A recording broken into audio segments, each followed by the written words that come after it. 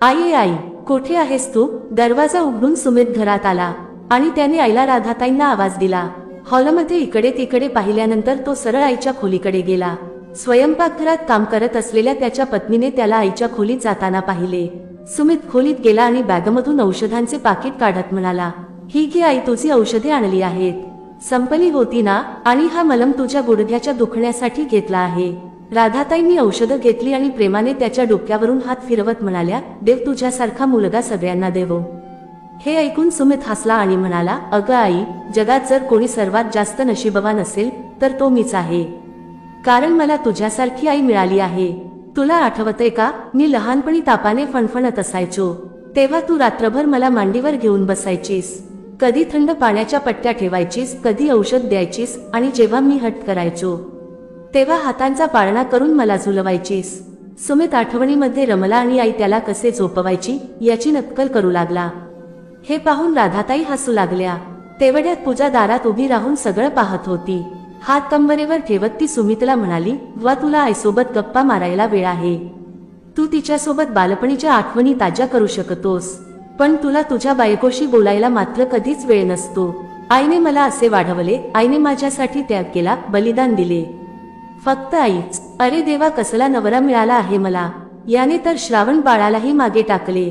सुमित आश्चर्यचकित झाला आणि तिच्याकडे पाहत म्हणाला, हे काय बोलते आहेस पूजा? विचार करून बोल. पूजा अजूनच चिडली आणि जोरात म्हणाली, म्हणजे तू इथून उठणार नाहीस? मग ठीक आहे, बस तुझ्या आईच्या पायाशी. देवाला नवस केला होता का मी की असा नवरा मिळावा? असं म्हणत ती तिथून निघून गेली. सुमितने आईकडे पाहिलं आणि म्हणाला, आई, मी निघतो. तो आपल्या खोलीत गेला आणि मुलाला मांडीवर घेतलं. त्याच्या मागोमाग पूजा आली. सुमित तिला म्हणाला, इतक्या छोट्या गोष्टीवरून गोंधळ घालण्यात काही अर्थ आहे का पूजा? इतक्या दिवसांनी मी फक्त 2 मिनिटं आईसोबत बसलो होतो. पूजा गप्प राहिली. सुमित पुढे म्हणाला, ठीक आहे, आता जेवण वाढ, खूप भूक लागली आहे. यावर पूजा अजूनच रागाने म्हणाली, तुला तुझ्या आईलाच स्वयंपाक करायला सांग ना. सुमित म्हणाला, तुला ठाऊक आहे पूजा, आईची तब्येत ठीक नाही. पण पूजाने ऐकले नाही. ती पाय आपटत स्वयंपाकघरात निघून गेली. इकडे खोलीत शांत बसलेल्या राधाताईंना भूतकाळ आठवू लागला. सुमित फक्त 10 वर्षांचा होता आणि त्याची बहीण साक्षी 8 वर्षांची, जेव्हा त्यांच्या डोक्यावरून वडिलांचे छत हरपले. अचानक झालेल्या त्या दुर्दैवी घटनेनंतर राधाताई पूर्णपणे एकट्या पडल्या. आयुष्य एकदम अंधारमय वाटू लागले. एकटी महिला 2 मुलांचे संगोपन कसे करू शकेल? शेजाऱ्यांच्या या प्रश्नाने त्यांच्या मनातही असंख्य शंका निर्माण केल्या, पण त्यांनी हार मानली नाही. राधाताईंनी आपले काही दागिने गहाण ठेवले आणि एक छोटेसे टिफिन सेंटर सुरू केले. त्या घरी स्वयंपाक करून जेवण पोहोचवू लागल्या. परिस्थिती कितीही कठीण असो, त्यांनी मुलांच्या शिक्षणावर कधीही परिणाम होऊ दिला नाही. दिवसभर मेहनत करूनही त्या रोज रात्री सुमित आणि साक्षीला अभ्यासात मदत करायच्या. काळ पुढे जात राहिला. मुलं मोठी झाली. सुमित अभ्यासात हुशार आणि मेहनती होता. शेवटी राधाताईंच्या कष्टाचे चीज झाले. त्याला एक चांगली नोकरी मिळाली. त्याचा पहिला पगार मिळताच त्याने सर्वप्रथम आईसाठी एक आरामदायी खुर्ची खरेदी केली. तो हसत म्हणाला, आई, आता तुला कोणतेही काम करावे लागणार नाही. त्या दिवशी राधाताईंचे डोळे आनंदाने भरून आले. त्यांनी देवाचे आभार मानले आणि आपल्या मुलाला मिठी मारत म्हणाल्या, बाळा, माझा संघर्ष यशस्वी झाला आहे. काही काळानंतर राधाताईंनी एक चांगला मुलगा पाहून साक्षीचे लग्न लावून दिले. त्यानंतर सुमितसाठीही अनेक लग्नाचे प्रस्ताव येऊ लागले. त्यातल्या त्यात एक नाव पूजा होते. सुमितला पहिल्याच भेटीत पूजा आवडली आणि दोघांचे लग्न झाले. राधाताईंच्या आनंदाला पारावार उरला नाही. आता घरात सून आल्यावर माझं घर अजून आनंदाने भरून जाईल असं त्यांना वाटत होतं. त्यांनी पूजाला मुलगी म्हणून स्वीकारण्याचे स्वप्न पाहिले होते, पण वास्तव वेगळेच निघाले. पूजा जशी घरात आली तशीच राधाताईंना जाणवू लागले की तिच्या आणि त्यांच्या स्वप्नांमध्ये जमीन आसमानाचा फरक आहे. पूजाला तिच्या एकांतात कोणाचाही हस्तक्षेप नको होता, ना सासूचा ना नणंदेचा. विशेषतः तिला नवऱ्याची त्याच्या आईशी असलेली ओढ अजिबात पटत नव्हती. हळूहळू हे स्पष्ट होऊ लागले की पूजाला या घरात फक्त सुमित हवा होता, त्याची आई आणि बहीण नाही.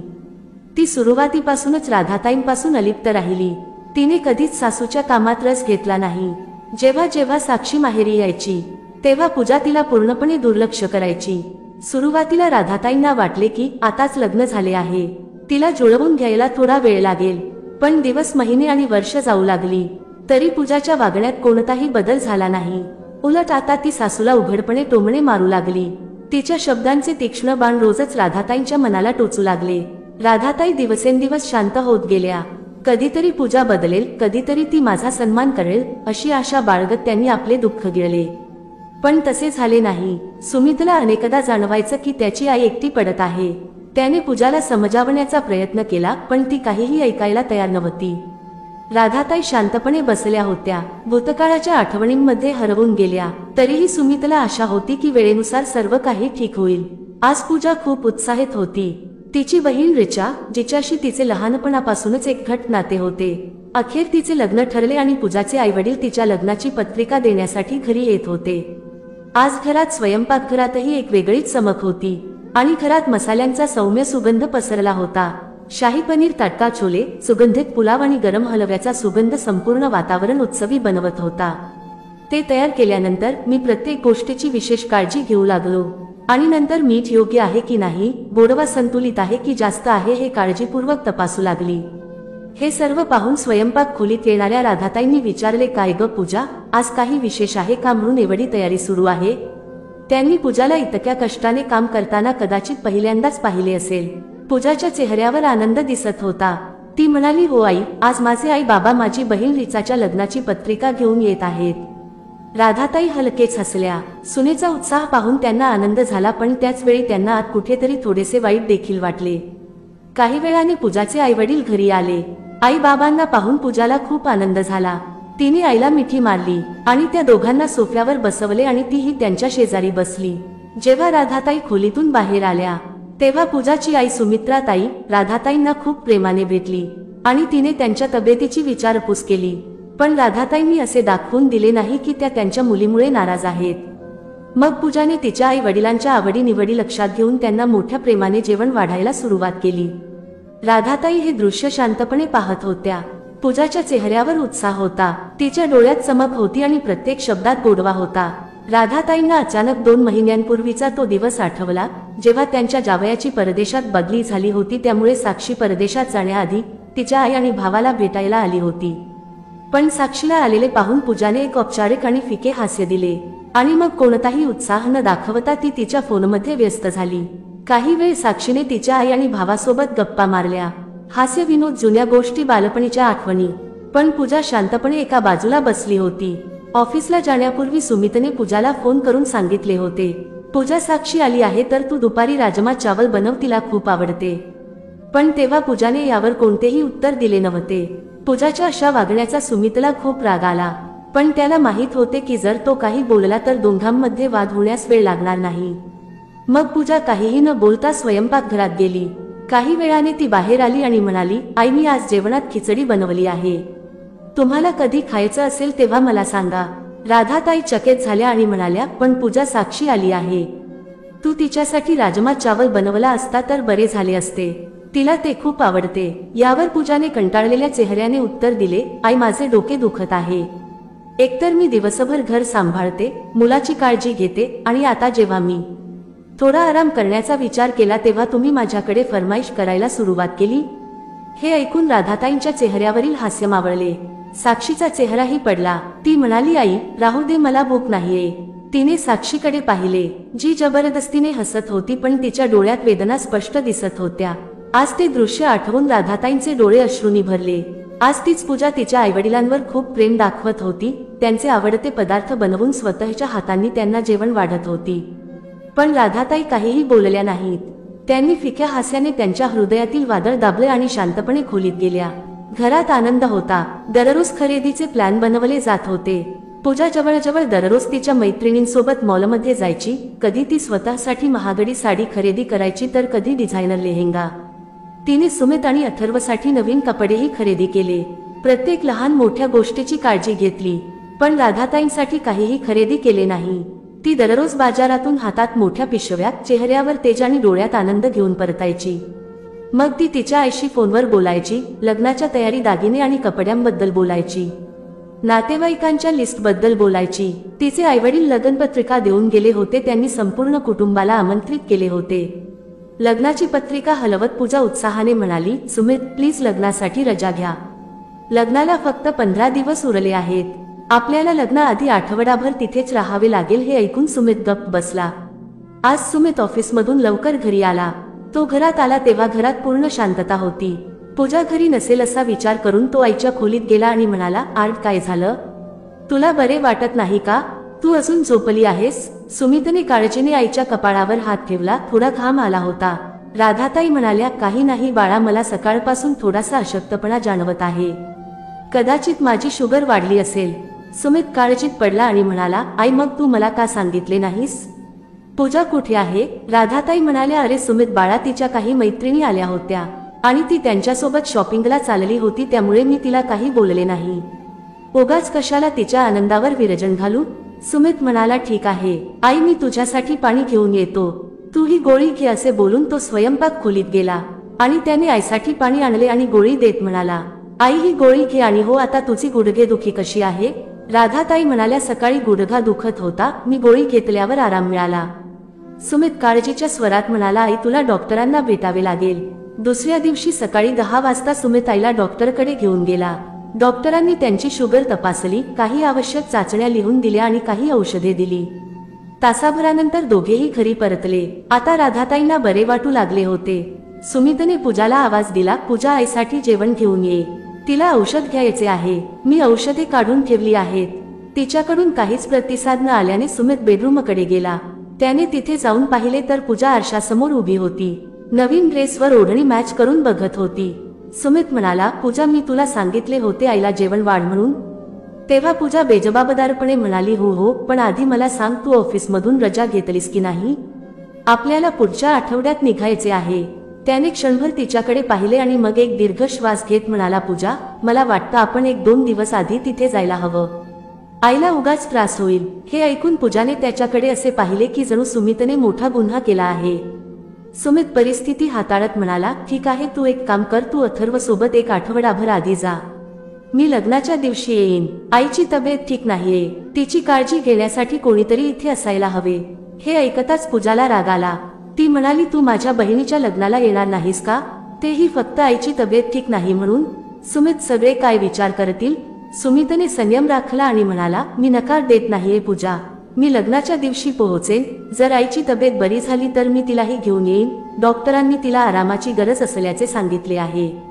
एवढे बोलून सुमित त्याच्या गाडीची चावी उचलून ऑफिसला निघून गेला. सुमित बाहेर जाताना पूजा अजूनही त्याच्याकडे रागाने पाहत होती. तिच्या चेहऱ्यावर नाराजी स्पष्ट दिसत होती. तेवढ्यात आतून राधाताईंचा आवाज आला, पूजा, मला 1 ग्लास पाणी दे, मला औषध घ्यायचे आहे. पूजाने नजर दुसरीकडे वळवली. आधीच तिचा मूड खराब झाला होता आणि आता सासूची फरमाईश. तिने पटकन पाण्याचा ग्लास भरला आणि ती तावातावाने सासूच्या खोलीत गेली. तिने पाण्याचा ग्लास इतक्या जोरात साल्ट टेबलावर ठेवला की त्यातील पाणी सांडले. ती म्हणाली, स्वयंपाकघर बाजूलाच आहे, तुम्ही उठून पाणीही घेऊ शकत नाही का? राधाताईंनी तिच्याकडे पाहिले आणि म्हणाल्या, आज माझे दोन्ही गुडघे दुखत होते, नाहीतर मी स्वतः उठले असते. पूजा तिथेच उभी राहिली. तिने भुवया उंचावल्या आणि मग तिच्या शब्दांचे बाण सोडत म्हणाली, बाय द वे, मला एक सांगा, तुम्ही हे जे काही नाटक करत आहात ते यासाठीच ना, जेणेकरून सुमितने माझ्यासोबत माझ्या माहेरी जाऊ नये म्हणून? हे पहा, मला सगळं समजतं, नाहीतर काही दिवसांपूर्वी तुम्ही एकदम ठीकठाक होतात. सुनेचे असले बोलले ऐकून राधाताईंचे हृदय धडधडू लागले. त्या म्हणाल्या, सुनबाई, हे तू काय म्हणतेस? पूजा म्हणाली, हो, जे खरे आहे तेच बोलते. तुम्हाला असे वाटते की मी इथे राहून रात्रंदिवस तुमची सेवा करावी, बरोबर ना? राधाताई म्हणाल्या, नाही सुनबाई, असे नाहीये, माझी तब्येत खरंच ठीक नव्हती. तू सुमितसोबत लग्नाला आरामात जा. मी आज सुमितशी बोलेन आणि त्याला सांगेन की मला आता बरं वाटत आहे. आणि तसेही म्हातारपणात या सगळ्या गोष्टी घडत राहतात. पूजा म्हणाली, वा, तुम्ही काय नाटक करत आहात? एकतर तुम्ही माझे सर्व प्लॅन बिघडवले आहेत आणि आता तुम्ही अशा वागत आहात जणू काही तुमची काहीच चूक नव्हती. सुनेचे बोलणे ऐकून राधाताईंनी आश्चर्याने तिच्याकडे पाहिले, पण पूजाला काही फरक पडला नाही आणि ती पाय आपटत खोलीबाहेर गेली. राधाताईंनी पाण्याचा ग्लास उचलला आणि औषध घेतली. संध्याकाळी ऑफिसवरून आल्यानंतर सुमित आईकडे गेला आणि नेहमीप्रमाणे त्याने विचारले, आई, आता तुझी तब्येत कशी आहे? राधाताई हलकेच हसल्या आणि म्हणाल्या, आता मी अगदी ठीक आहे बाळा, थोडीशी कमजोरी आहे, पण म्हातारपणात हे चालायचेच. त्यापुढे म्हणाल्या, बरं बेटा, मला तुला काहीतरी सांगायचे आहे. सुमित म्हणाला, हो आई, बोल ना. राधाताई म्हणाल्या, मला वाटतं तू तुझ्या बायकोसोबत तिच्या माहेरी जायला हवे. सुमित म्हणाला, नाही आई, तुझी तब्येत ठीक नाही आणि मी तुला या अवस्थेत एकटी सोडू शकत नाही. राधाताई म्हणाल्या, अरे बाळा, समजून घेण्याचा प्रयत्न कर, आजार पण येत जात राहते. याचा अर्थ असा नाही की तू माझ्यामुळे तुझे सर्व प्लॅन रद्द करावेत. हे बघ, मला असे वाटते की तू पूजासोबत तिच्या माहेरी जावे आणि तिच्या आनंदात सहभागी व्हावं. हे ऐकून पूजाही तिथे आली आणि म्हणाली, हेच तर मी यांना समजावून सांगण्याचा प्रयत्न करत आहे. असे क्षण वारंवार येत नाही आणि जर आपण माझ्या बहिणीच्या लग्नाला आधी गेलो नाही तर माझ्या आई बाबांना किती वाईट वाटेल. यावर सुमित म्हणाला, मग ठीक आहे पूजा, मी तुझ्यासोबत तुझ्या माहेरी यायला तयार आहे. आपण तिथे एक आठवडा राहू. हे ऐकताच पूजाचा चेहरा खुलला. ती म्हणाली, खरंच मी आता पॅकिंग करते, असे बोलत जशी ती बाहेर जाऊ लागली तेव्हा सुमित म्हणाला, पण पूजा, माझे संपूर्ण बोलणे तरी ऐकून घे. ती मागे वळून म्हणाली, आता काय झाले? सुमित म्हणाला, मी आईलाही सोबत घेऊन जाईन. अचानक खोलीत शांतता पसरली. पूजाचा चेहरा, जो आत्ताच आनंदाने चमकत होता, अचानक निराशा झाला. तिने सुमितकडे तिरकस नजरेने पाहिले आणि म्हणाली, काय? आई सुद्धा? तिचे शब्द जणू तिच्या घशात अडकले होते. मग ती हळू आवाजात म्हणाली, म्हणजे त्याची तब्येत ठीक नाहीये ना? हो, म्हणूनच मी तिला या अवस्थेत एकटे सोडू इच्छित नाही. सुमित स्पष्ट शब्दात म्हणाला. राधाताई आतापर्यंत शांत बसल्या होत्या. त्या म्हणाल्या, अरे नाही बाळा, हे योग्य दिसणार नाही. मी माझ्या सुनेच्या माहेरी कशी राहू? सर्वांना काय वाटेल? नाही बेटा, तुम्ही जा, मी लग्नाच्या दिवशी येईन. पण सुमित सहमत नव्हता. त्याने ठरवले होते की एकतर तो त्याच्या आईला सोबत घेऊन जाईल किंवा लग्नाच्या दिवशीच तिथे पोहोचेल. मग काय, पूजाने जड अंतःकरणाने सामान बांधायला सुरुवात केली. जेव्हा तिने तिच्या सुंदर साड्या आणि दागिने उचलले तेव्हा ती मनातल्या मनात कुरकुर करत होती. पण आता सुमितशी वाद घालण्यात काही अर्थ नव्हता, म्हणून तिने शांतपणे तिच्या सर्व वस्तू पॅक केल्या.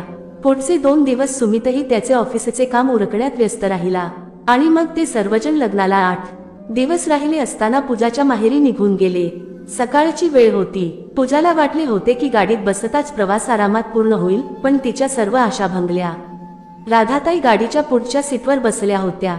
सुमित गाडी चालवत होता. पूजा आणि अथर्व मागच्या सीटवर बसले होते. सुरुवातीला सगळं ठीक होतं, पण अर्ध्या तासानंतर राधाताई हळूच म्हणाल्या, सुमित बाळा, गाडी कुठल्या तरी ढाब्यावर किंवा रेस्टॉरंटवर थांबव, मला वॉशरूमला जायचे आहे. सुमितने कोणताही प्रश्न न विचारता गाडी एका ढाब्याजवळ थांबवली. पूजाने तिच्या घड्याळाकडे पाहिली. नाक मुरडत मनात म्हणाली की आपण आत्ताच निघालो होतो, पण ती काहीच बोलली नाही. राधाताई परत आल्या आणि गाडी पुन्हा चालू लागली. पण अर्ध्या तासानंतर राधाताईंनी पुन्हा गाडी थांबवली. हे चालूच राहिले, पण आता पूजाचा राग वाढत होता. अथर्व तर संपूर्ण प्रवासात झोपून राहिला, पण पूजासाठी हा प्रवास एखाद्या परीक्षेपेक्षा कमी नव्हता. तिला अस्वस्थ पाहून राधाताई म्हणाल्या, मी काय करू सुनबाई, मधुमेहामुळे मला वारंवार जावे लागते.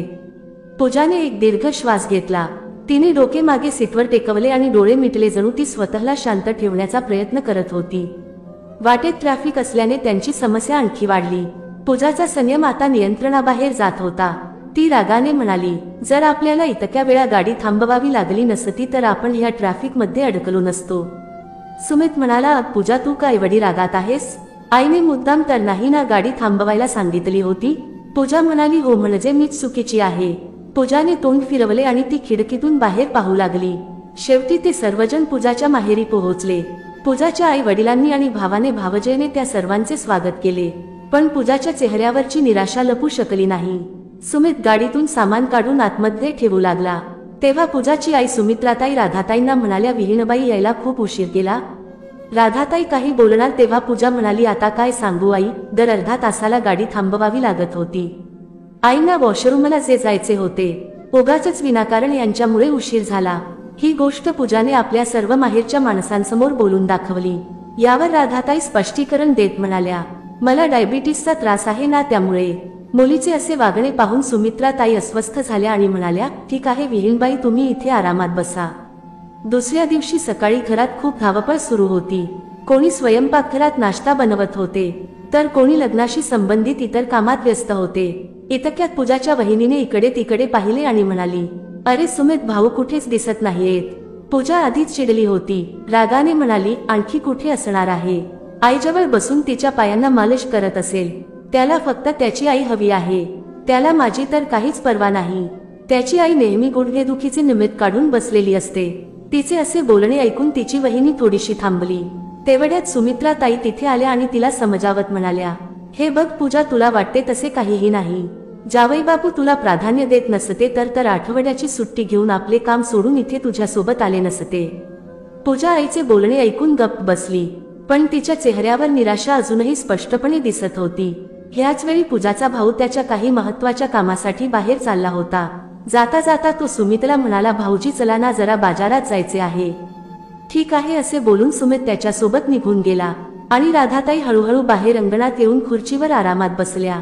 त्यांच्या चेहऱ्यावर प्रवासाची थकावट दिसत होती, पण तरी सुद्धा त्या सर्वांच्या आनंदामध्ये सामील झाल्या होत्या। जरी त्यांची तब्येत ठीक नव्हती तरी त्यांच्यामुळे कोणालाही त्रास होऊ नये म्हणून त्या सर्वतोपरी प्रयत्न करत होत्या। तेवढ्यात पूजाच्या एका चुलत बहिणीने राधाताईंना पाहिले आणि त्यांच्या जवळ येऊन म्हणाली, काकू कशा आहात तुम्ही? राधाताईंनी हलकेसे स्मितहास्य करून उत्तर दिले, बेटा आजारपण चालूच राहते, पण तरीही देवाची कृपा आहे की। त्यापुढे काही बोलणार तेवढ्यात पूजा उपहासाने म्हणाली, अग या वयात ह्या घरकाम करू शकत नाहीत, पण लग्नाला येण्यास लगेच तयार झाल्या। तिथे उभ्या असलेल्या पूजाच्या काही चुलत बहिणी तिचे बोलणे ऐकून हसू लागल्या। पूजा पुढे म्हणाली, आईसाठी प्रवास करणे खरोखर कठीण होते। आम्ही संपूर्ण प्रवासात फक्त वॉशरूम शोधत होतो। दर अर्ध्या तासाला गाडी थांबवण्याचा आदेश जो येत होता। जर ह्यांना आपण प्रवास करू शकत नाही हे ठाऊक होते तर यांनी घरीच थांबायला हवे होते ना। हे ऐकून पूजा भोवती उभे असलेले लोक पुन्हा हसायला लागले, पण राधाताईंच्या चेहऱ्यावरील हास्य क्षणात नाहीसे झाले। त्यांनी कशातरी स्वतःच्या भावना लपवण्याचा प्रयत्न केला, पण त्यांचा चेहरा त्यांना होणाऱ्या वेदना सांगत होता। तिथे असलेले सर्वजण हसत होते, पण राधाताई आतून दुःखी होत्या। दिवस असेच जात होते, पण पूजाच्या वागण्यात जराही बदल नव्हता। तिला अजूनही वाटत होते की तिच्या सासूने तिचा मूड खराब केला आहे। जर सासू तिच्यासोबत आली नसती तर कदाचित तिला जास्त मजा मस्ती करता आली असती। हा राग मनात ठेवून पूजा दररोज काही ना काही कारणाने तिच्या सासूला टोमणे मारायची किंवा सासूला दुखावणाऱ्या गोष्टी बोलायची। कधी ती तिच्या सासूच्या सुती साडीची सर्वांसमोर खिल्ली उडवत असे, तर कधी तिच्या आजारपणाची। जेव्हा पूजा तिच्या बहिणी सोबत बाजारात जायची तेव्हा तिची आई सुमित्रा ताई वेळ काढून राधाताईंजवळ बसायची। आजही तेच घडले। सुमित्रा ताई म्हणाल्या, विहीनबाई तुम्हाला इथे काही त्रास तर नाही ना? राधाताई म्हणाल्या, अजिबात नाही, सगळं ठीक आहे। शेवटी लग्नाचा दिवस आला आणि संपूर्ण घरात धावपळ सुरू झाली। लग्नाची वरात आली, विधी संपले आणि मग वधूच्या जाण्याची वेळही आली। सर्वांचे डोळे ओले झाले होते। सुमित्रा ताई आणि त्यांच्या पतीने आपल्या मुलीला मिठी मारली आणि तिचा निरोप घेतला। लग्नाचा थकवा सर्वांनाच आला होता। पूजा आणि सुमितने ठरवले की ते एक दिवस विश्रांती घेऊन दुसऱ्या दिवशी घरी परततील। रात्र झाली होती आणि सर्वजण आपापल्या खोल्यांमध्ये झोपायला गेले होते। तेवढ्यात अचानक घरात एक मोठा आवाज आला। आवाज ऐकताच संपूर्ण घर हादरले। सर्वजण आवाजाच्या दिशेने धावू लागले। तो आवाज सुमित्रा ताईंचा होता। सर्वजण घाबरून तिच्याकडे धावले। दार उघडताच समोरचे दृश्य पाहून सर्वांनाच धक्का बसला। सुमित्रा ताई जमिनीवर पडल्या होत्या आणि वेदनेने विव्हळत होत्या। पूजाचा भाऊ आणि वहिनींनी लगेच त्यांना उठवण्याचा प्रयत्न केला, पण त्यांची वेदना इतकी तीव्र होती की थोडीशी हालचाल केली तरीही त्या मोठ्याने ओरडत होत्या। पूजा घाबरून म्हणाली, आई काय झाले? तुला कुठे लागले आहे? सुमित्रा ताईंनी वेदनेने डोळे मिटले। त्यांच्या चेहऱ्यावर वेदना स्पष्ट दिसत होत्या। पटकन गाडी काढली आणि सर्वांनी मिळून सुमित्रा ताईंना गाडीत बसवले। पूजाचा भाऊ आणि वहिनी तिला रुग्णालयात घेऊन गेले। आईची अवस्था पाहून पूजा काळजीत पडली। घरी परतल्यावर पूजाने विचारले, डॉक्टर काय म्हणाले? सगळं ठीक आहे ना? मग तिच्या भावाने सांगितले की पडल्यामुळे स्नायूंवर खूप ताण येत होता, ज्यामुळे आईला खूप वेदना होत होत्या। डॉक्टरांनी सांगितले की तिला विश्रांतीची आवश्यकता आहे। हे ऐकून पूजाने सुटकेचा निश्वास सोडला। निदान मोठी दुखापत झाली नाही। घरी परतताच सुमित्रा ताईंना बेडवर झोपवण्यात आले। आता पूजा गोंधळली होती। सुमितची रजा संपली आणि त्याला परत यायचे होते, पण पूजाला तिच्या आईला या अवस्थेत सोडून जायचं नव्हतं। ती म्हणाली, सुमित मी सध्या आईला या अवस्थेत सोडू शकत नाही। मी आणखी काही दिवस राहीन। सुमितने क्षणभर विचार केला आणि मान हलवली आणि म्हणाला, ठीक आहे, तू आईची काळजी घे। आता मी आणि आई जायला निघतो। मला उद्यापासून ऑफिस जॉईन करायचं आहे। इथे सगळं ठीक झाल्यावर तू ही ये। पूजाने होकारार्थी मान हलवली। सुमित त्याच्या आईसोबत घरी परतला।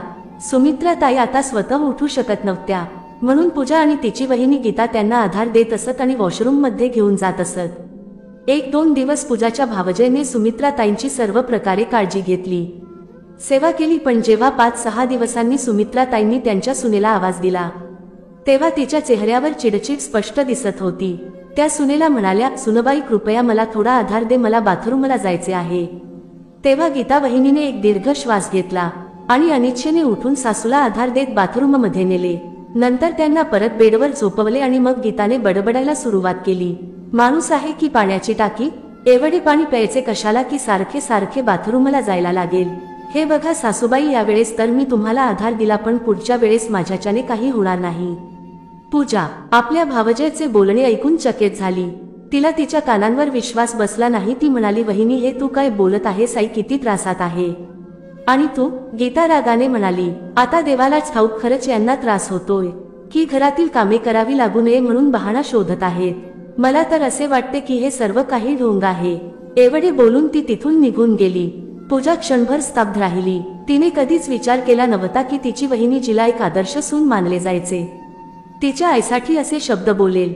तिने आईच्या चेहऱ्याकडे पाहिले. सुमित्राताईंच्या डोळ्यात दुःख स्पष्ट दिसत होते. गेल्या काही दिवसांतील अनेक घटना पूजाच्या डोळ्यासमोर येऊ लागल्या.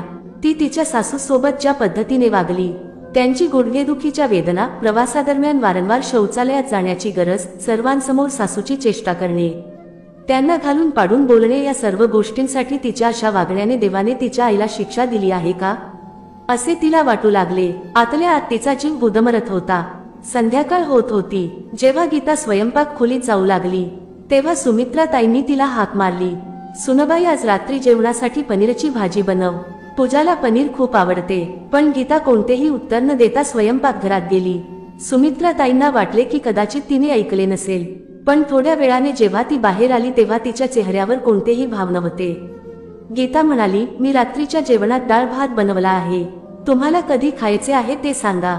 हे ऐकून पूजाला असं वाटलं जणू काही तिच्या हृदयात बाण घुसलाय. डाळ भात? पण वहिनी, आईने तर तुला पनीरची भाजी बनवायला सांगितली होती. यावर गीता चिडून म्हणाली, तुमच्या आईला बसून फक्त ऑर्डर द्यायची माहीत आहे. इथे मला दिवसभर घरकाम करावे लागते, मुलांची काळजी घ्यावी लागते, तुमच्या आणि तुमच्या आईच्या मागण्याही पूर्ण कराव्या लागतात. मग मला सांगा, मलाही थोडा वेळ विश्रांती घेण्याचा अधिकार आहे की नाही? पण मी म्हणते, त्या दिवशी लग्नात पनीरची भाजी खाऊन कंटाळा आला नाही का? म्हणूनच आज तुमचा खादाडपणा पुन्हा जागा झाला. एवढे बोलून ती तिथून रागाने निघून गेली. पूजाच्या हातातून पाण्याचा ग्लास सुटता सुटता वाचला. ती शांतपणे उभी राहिली. तिच्या मानसपटलावर ते दृश्य उभे राहिले जेव्हा तिने तिची नणंद माहेरी आल्यावर खिचडी खायला दिली होती. त्यासोबतच 4 शब्दही ऐकवले होते. आज तेच शब्द तिला आणि तिच्या आईला ऐकावे लागले. तेव्हा तिला जाणवले की जेव्हा आपण सांगितलेली गोष्ट लाथाडून दिल्यावर कसा त्रास होतो. रात्र झाली होती, पण पूजाच्या मनात विचार चक्र सुरू होते. दिवसभर घडलेल्या घटनांनी तिला अस्वस्थ करून सोडले होते. आपल्या आईला होणारा त्रास तिला सहन होत नव्हता. ती मनात म्हणाली, बस आता खूप झाले. बहिणीचे असे वागणे मी अजिबात सहन करणार नाही. दादा आल्यावर मी त्याच्याकडे बहिणीची तक्रार करेल. काही वेळानंतर जेव्हा तिचा भाऊ घरी आला तेव्हा पूजा पटकन त्याच्याकडे गेली आणि म्हणाली, दादा तुला ठाऊक आहे का, वहिनीने आज काय केले? तिच्या आवाजामध्ये राग होता. ती म्हणाली, आईला आधार देऊन बाथरूम पर्यंत घेऊन जाण्यास तिने नकार दिला. आई नाटक करते आहे असेही म्हणत होती. ती म्हणाली, आई पाण्याची टाकी आहे म्हणून सारखी वॉशरूमला जाते. तिला अशी अपेक्षा होती की हे सर्व ऐकल्यावर तिच्या भावाला राग येईल आणि मग तो त्याच्या बायकोला रागवेल, मारहाण करेल आणि म्हणेल की तुझी हिंमत कशी झाली माझ्या आईला असे बोलण्याची. पूजा तिच्या भावाच्या उत्तराची वाट पाहत होती, पण तिच्या भावाच्या चेहऱ्यावर काही खास भाव नव्हते. उलट तो शांतपणे म्हणाला, मग काय चुकीचे बोलली तुझी वहिनी? हे ऐकताच पूजा चकित झाली आणि म्हणाली, दादा तू सुद्धा? अरे तू तर आईची किती काळजी घेत होतास आणि आता अचानक. तिच्या भावाने एक दीर्घ श्वास घेतला आणि म्हणाला, पूजा आई आता बेडवर पडून आहे. तुझी वाहिनी घरातील सर्व कामे करते, मुलांची काळजी घेते आणि नंतर आईचीही काळजी घेते. हे सर्व सोपे आहे का?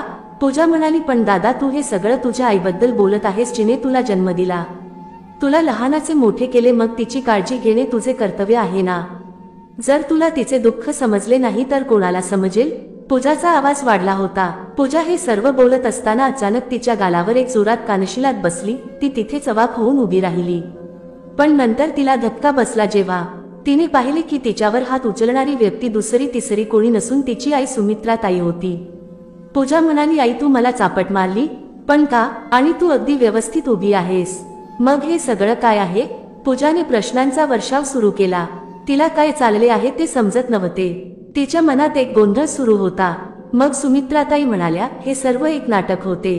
एक सुनियोजित नाटक, आणि मी ते तुझ्या भावाच्या आणि बहिणीच्या मदतीने तुला धडा शिकवण्यासाठी, तुला तुझा खरा चेहरा दाखवण्यासाठी रचले होते. हे सर्व ऐकून पूजाला जणू श्वास थांबल्यासारखे वाटले. तर सुमित्रा ताई म्हणाल्या की जर तू तुझ्या भावाला हे सर्व सांगू शकतेस की त्याला जन्म देणाऱ्या त्याच्या आईची काळजी घेणे हे त्याचे कर्तव्य आहे, तर तुला हे का समजू शकत नाही की तुझा नवरा देखील तुझ्या सासूचा मुलगा आहे? जर तो त्याच्या आईची काळजी घेत असेल तर तू रागाने ओरडतेस, तू त्याला कठोर शब्दात बोलतेस. मग ही दुटप्पी मानसिकता का? आणि एवढेच नाही तर तू तुझ्या सासूला 4 माणसात तिच्या साडीबद्दल बोललीस, तिच्या आजारपणाची खिल्लीही उडवलीस. आज मी तुला समजावून सांगूनही तू किती वेळा तुझ्या सासूवर ओरडलीस, तिचा इतका अनादर केलास की ती बिचारी लाजेने चूर झाली. पण जेव्हा माझ्यावर तुझ्या आईवरही अशीच परिस्थिती येते तेव्हा तुला माझी दया येऊ लागते का? तुला माझं दुःख जाणवू लागलंय का? जेव्हा तू सर्वांसमोर तुझ्या सासूची चेष्टा करत होतीस तेव्हाच मला तुला धडा शिकवावासा वाटला, पण मला सर्वांसमोर तुझा तमाशा करायचा नव्हता. पण मी मनात ठरवले होते की मी तुला योग्य मार्गावर आणेन, मानवतेचे धडे देईन. पण तू माझे अजिबात ऐकणार नाही, त्यामुळे आम्ही हे नाटक केले आहे. तुला लाज वाटली पाहिजे. तू आमचे तुझ्या सासरी नाक कापले आहेस. आम्ही तुला असे तर संस्कार दिले नाहीत.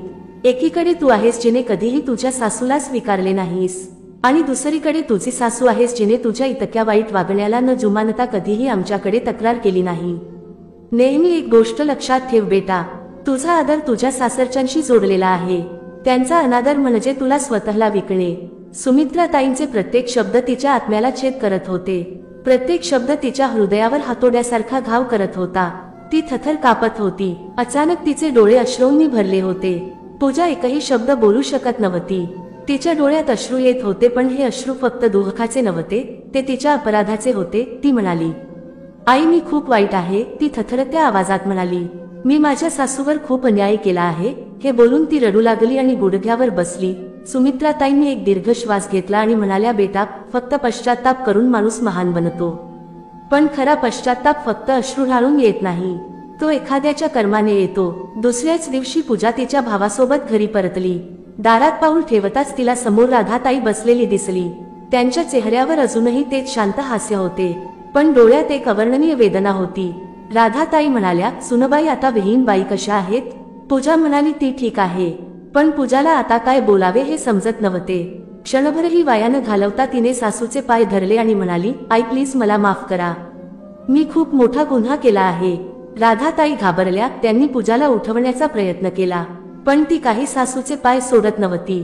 पूजा म्हणाली, नाही, आज मला थांबवू नका. कदाचित मी या जगातील सर्वात स्वार्थी सून आहे. ज्या घराने माझा आदर केला त्याच घराच्या सांध्यात मी विष ओतले. मी तुमचे प्रेम समजू शकले नाही. सुमितही सर्व काही पाहून स्तब्ध उभा होता. त्याच्यासाठी हे विश्वासार्ह होते. राधाताईंनी पूजाच्या डोक्यावर हात ठेवला आणि म्हणाल्या, बेटा, निष्पाप मुले चुका करतात, पण आई किती काळ आपल्या मुलांवर रागावू शकते? मी खूप दिवसांपासून वाट पाहत आहे की तू मला मनापासून आई म्हणून स्वीकारशील. हे बोलताच तिच्या डोळ्यातून अश्रू वाहू लागले. त्यांनी पूजाला मिठी मारली. त्या रात्री जेव्हा सुमित नेहमीप्रमाणे आईच्या गुडघ्यांना मालिश करण्यासाठी तेल काढत होता, तेव्हा पूजाने हळूच त्याच्या हातातून तेलाची बाटली घेतली. ती म्हणाली, सुमित, ती फक्त तुझी आई नाहीये. आता मी आईंची सेवा करेन. सुमित स्तब्ध झाला. राधाताईंचे डोळे ओले झाले, पण यावेळी ते अश्रू वेदनेचे नव्हते तर आनंदाचे होते. आता पूजा त्यांची सून नव्हती तर मुलगी होती, जिला उशिरा का होईना नात्यांचे महत्त्व समजले होते.